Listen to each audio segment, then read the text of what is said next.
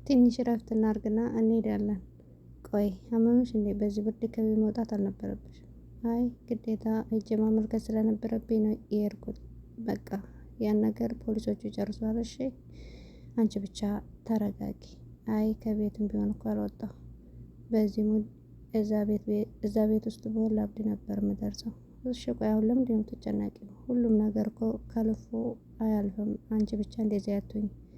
እና ነገርኩህ እሷ ለኔ ብዙ ነገር አድርጋልኛለች። እሷ ለኔ ጓደኛ ብቻ አይደለችም ብዙ ነገሬ ነች። በራሴ በጣም ነው ያፈርኩት። እንዴት በዚህ ደረጃ ይሄን ያክል ጊዜ ረሳኋት? ተይ በቃ ራስሽን ከዚህ በላይ አታስጨንቂ። ከትናንት ጀምሮ ይኸው እስካሁን አልተረጋጋሽም። ደጋግሞ ከማሰብ ወደ መፍትሄ መሄድ ይሻላል። ወደ የትኛው መፍትሄ? አብረን ፈልገን እናገኛታለን። ደግሞ እኮ ለፖሊሶች ነግረሻቸው የለ እነሱ ፈልገው ሊያገኟት ይችላሉ። አለች ርቅስ ስራ ለመግባት ጊዜ አተን እኮ ልብስ ለመቀየር ጊዜ አተን እኮ ነው በስፖርት ልብስ ያደርኩት።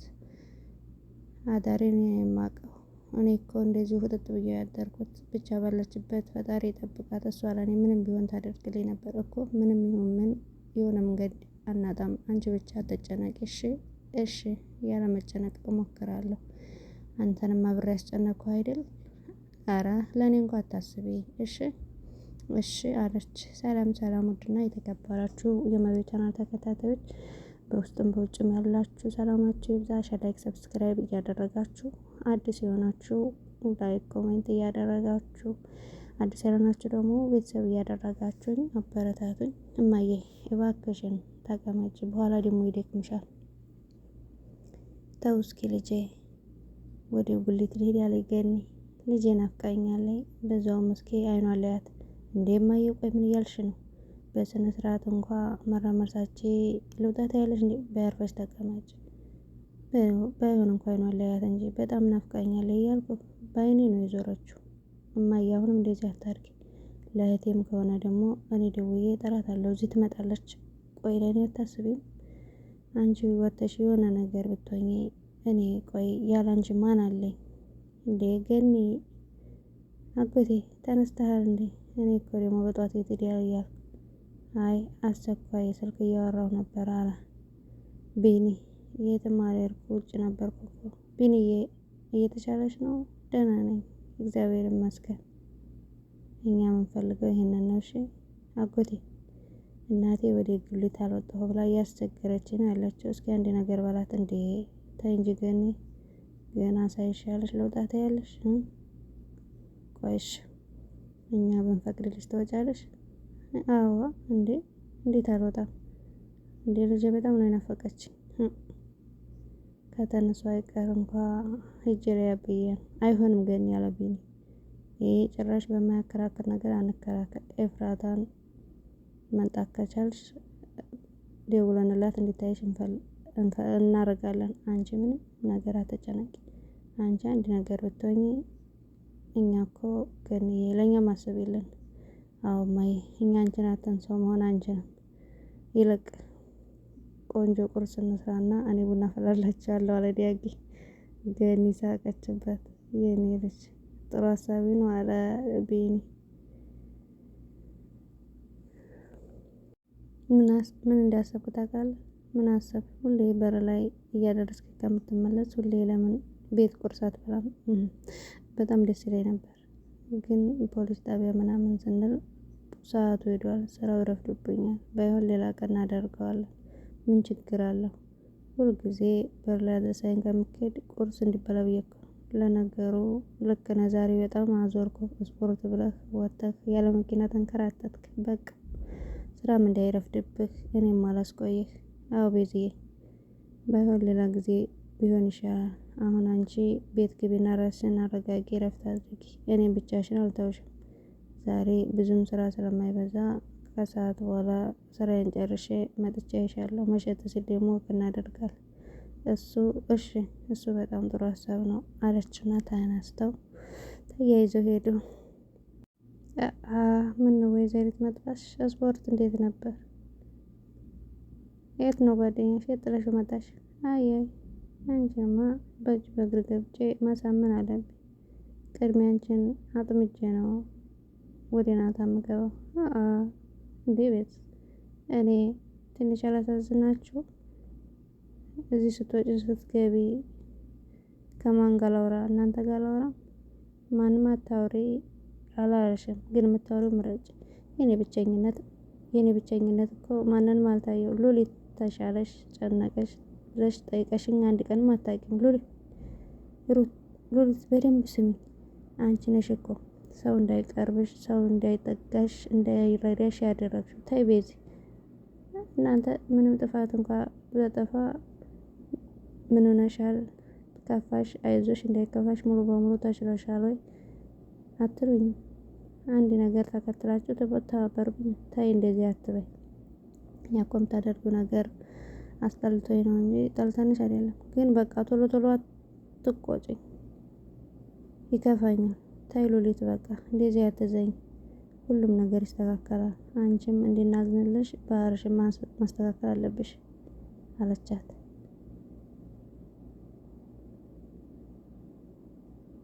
እህቷ መጣችና ቁጭ አለች። አፈጠጠችባት።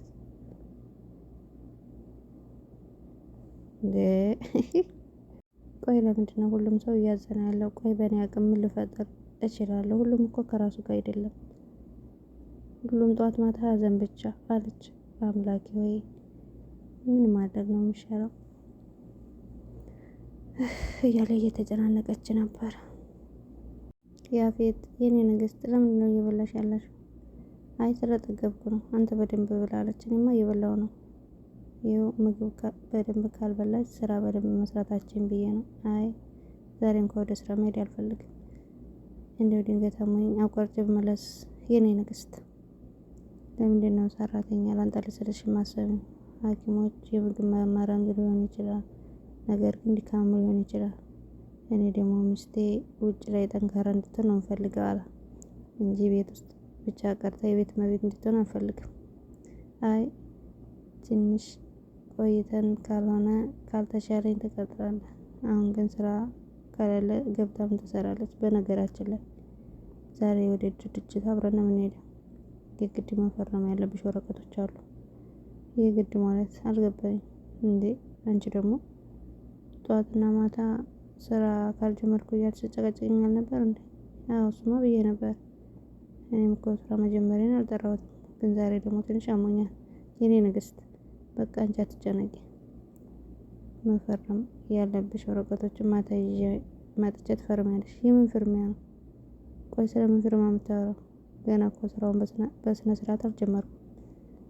ስሪ የኔ ንግስት ስሪ ብዬ ያስቀመጥኩሽ ቦታ ቀላል ቦታ አይደለም። ብዙ ኃላፊነቶችን መውሰድ አለብሽ። በዛ ላይ እኮ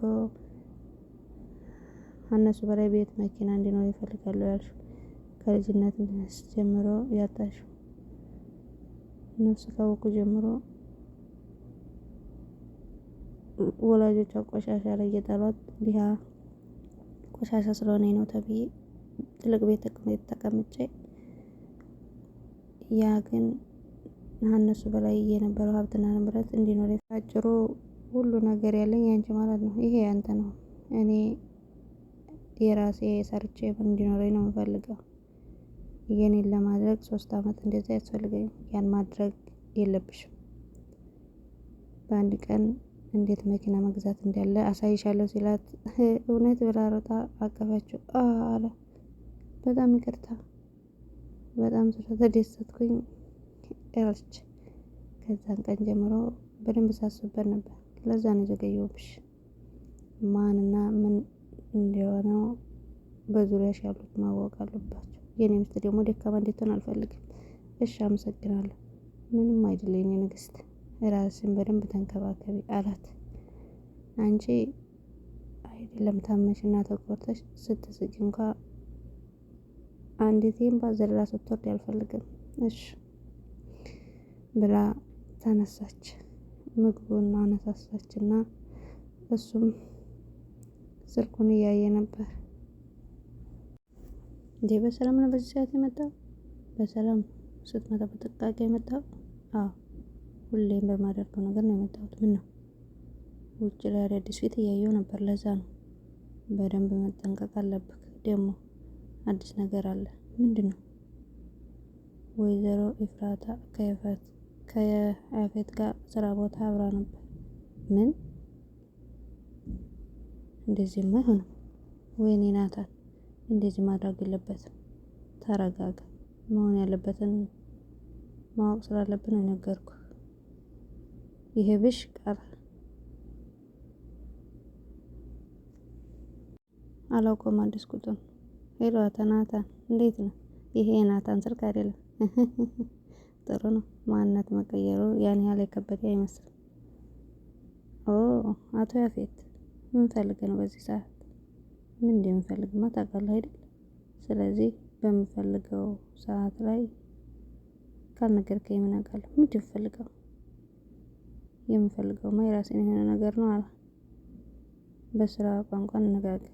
ምንድን ነው የምፈልገው? የወሰድክብኝን ሴቶች ለመመለስ።